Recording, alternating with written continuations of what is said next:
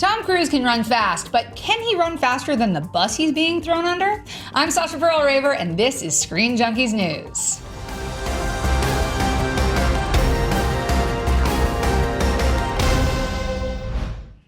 In a recent article, Variety stated that behind-the-scenes sources from The Mummy are blaming Tom Cruise for its disappointing performance, calling it, quote, a textbook case of a movie star run amok, end quote. In one section, Variety claimed that, quote, Universal, according to sources familiar with the matter, contractually guaranteed Cruise control of most aspects of the project, from script approval to post-production decisions. He also had a great deal of input on the film's marketing and release strategy, these sources said, advocating for a June debut in a prime summer period, end quote. They claim the combination of an inexperienced director and Cruise's nearly complete creative oversight proved to be deadly for a movie that was meant to start the dark universe. So is this a case of too much cruise control? Here with me to talk about it are Mark Andreyko and Danielle Radford. Hello. Hi, guys. Hello. So speaking of getting thrown under buses, I have been, because I tweeted that I said the movie wasn't that bad. It was kind of fun. It was sort of like Penny Dreadful Light. And then Mark Andreyko came in this morning, and what delightful words did you say to me? I said I found it thoroughly enjoyable. Well, there. Did I love it? Is it No. Wonder Woman? No, but it's a mummy movie with Tom Cruise coming out in June. If you're going to McDonald's and they don't give you beluga caviar, that's not their fault. The reviews for this movie, I mean, one review, I was like, they're blaming the movie on the Holocaust. I'm like, calm down. Wow. It's a perfectly fine movie. Is it great? No. But do I want to see more of this monster universe after it? Yeah. Sure. I'm intrigued to see more. And it's perfectly entertaining. There are worse ways to spend 95 minutes in a hot summer day than watching this movie. It is one of those things that just sort of washes over you. It's not great. It's also not the worst film in the Tom Cruise oeuvre. Oh. So the fact that now he's being blamed for this, I find sort of shocking. And let's actually get to this. Do you think that it's fair to blame The Mummy's disappointing domestic, because worldwide it's doing quite well, domestic performance on a single person, Mark? Absolutely not. I think that, Tom Cruise didn't pay for this movie himself, so somebody had to write the checks and approve him on this. And, there are so many variables. They probably put this movie coming out after Wonder Woman, not expecting Wonder Woman to become a cultural phenomenon. There are so many variables about movie release dates. There was just an article with the woman who runs Sony Animation saying they wanted to change the release date of the Smurfs because Boss Baby was doing better than they thought. And they just can't, because these things, once they're locked in, you have merchandising deals. So no. I think blaming it on one person is ridiculous. I think it's just short-sighted and it's easy. It's an easy excuse. It's never that simple. Well, part of the thing that we've talked about a couple times when we've talked about Deadpool 2 is I've said it's dangerous when a star gets too much control. Like, I love Ryan Reynolds and I love Deadpool, but it does worry me when he has that much invested in a single film and he gets to say that much. But what do you think, Danielle? Well, I do know a couple of interesting things from the article. He did hire on 2 additional writers that are kind of like his bud writers. And so they came in and they beefed up his part in the script, because originally him and the Mummy were supposed to have like the same amount of screen time, and then his got bumped way up. He brought in an editor that he liked. So he did exert a lot of his control, but like you said, someone had to give him that control. He wasn't just doing it. Yeah. And it even said that the Universal executives, they didn't like what was happening, but they went with it. No one stopped it. And other people, Frank Walsh, the supervising art director on the movie, at the London screening was like, yeah, this is very much a film of two halves, before Tom Cruise and after. And he said that in a very positive light. So not everybody is saying Tom Cruise is the worst person ever and he ruined Universal and we all have to get new jobs. No, and it was ridiculous. And also, too, the thing is, you brought up Deadpool 2 and Ryan Reynolds. If I'm giving creative control to Ryan Reynolds over a movie or Tom Cruise over a movie, Cruise, odds are that it's probably going to work, because Tom Cruise has been doing this since film was made, and he's a professional. Everyone I know who's ever worked with him has said he's utterly professional. He knows everybody's name. He comes there to work. So it's just the luck of the draw. There's, like I said, coming out in the wake of Wonder Woman cost this movie $20 million in its opening weekend, because Wonder Woman fell 41% its second weekend. Yeah. So we're being, it's easy to write headlines and tweets that say Tom Cruise ruined the Mummy. Calm down, everyone. Absolutely. Yeah. Well, somebody who actually should take some responsibility for whether a movie succeeds or fails is the director. And I personally am a big fan of Alex Kurtzman as a writer and as a producer. He had made one film before, which was a film in 2012 called People Like Us, which, let's be honest, not a very good movie. Did either of you guys see it? No. Yes. It's one of the most unlikable Chris Pine has ever been. Ooh. It's Elizabeth Banks, and it is not a great film at all. And that's okay. Yeah, You that's can okay. make movies that aren't great, especially when it's your first time out. But doing a giant action set piece film seems pretty in his wheelhouse, given the writing that he's done on Star Trek, given what he's done with Lost.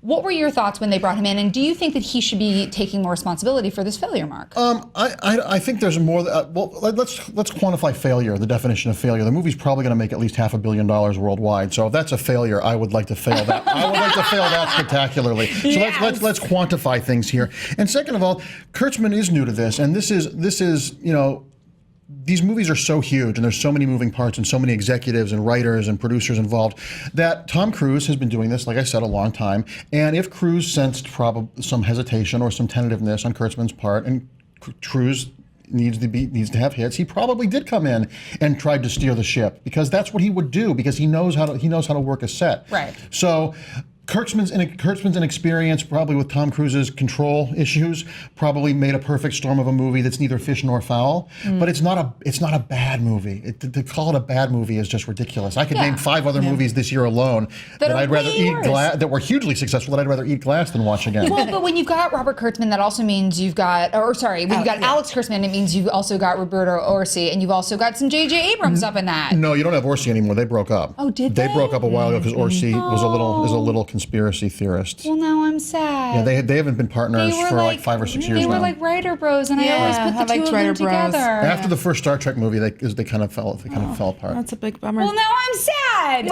But don't you still call JJ? Can't you still be like, hey, JJ, I'm on set and I'm kind of freaking out? And I'm surprised Tom didn't do that, because Tom worked with JJ on Mission Impossible. So but JJ Abrams is so busy as well.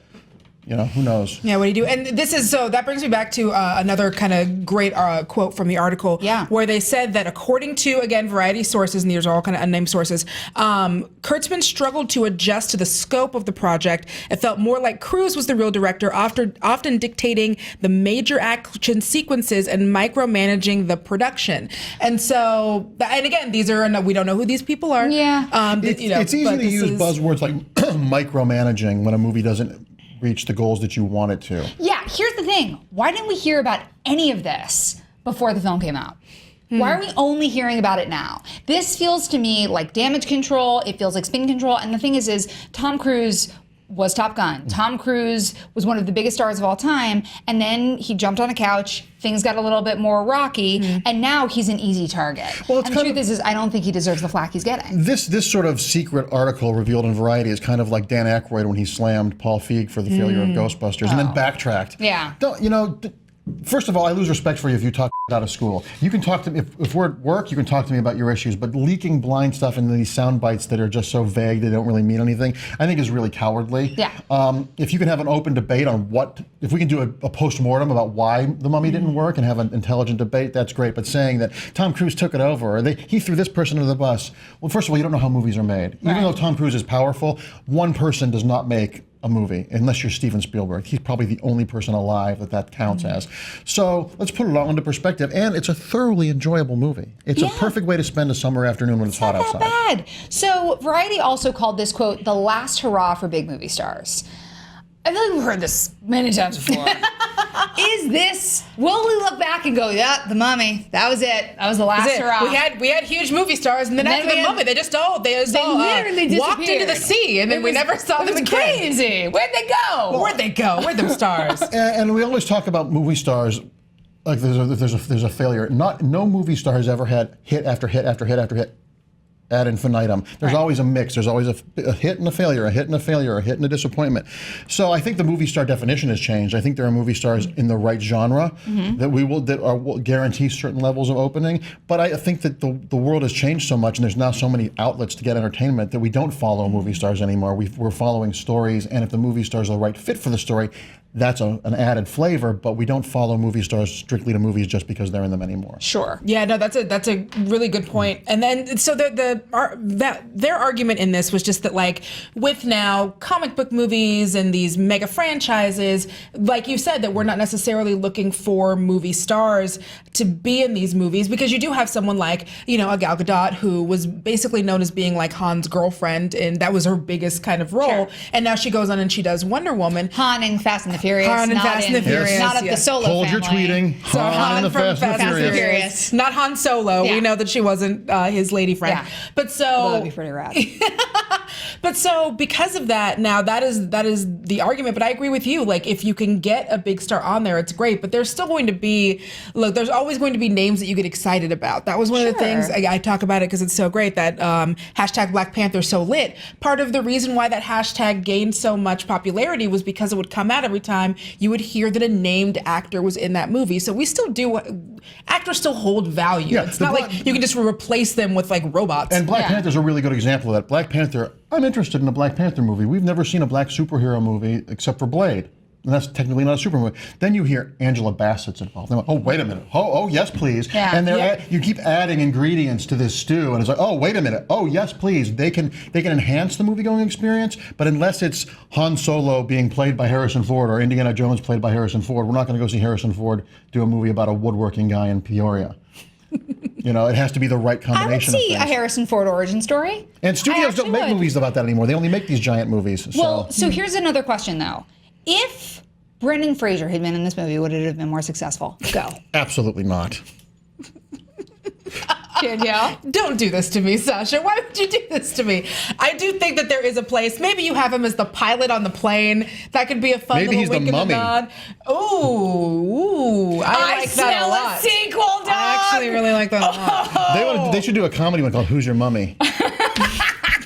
On that note, I'm done. we want to know if you guys think this bus that is just driving back and forth over Tom Cruise is fair or unfair. What do you think would have been the right thing to do for this movie? Did Kurtzman have too much control, too little control, or was it just Tom Cruise's fault?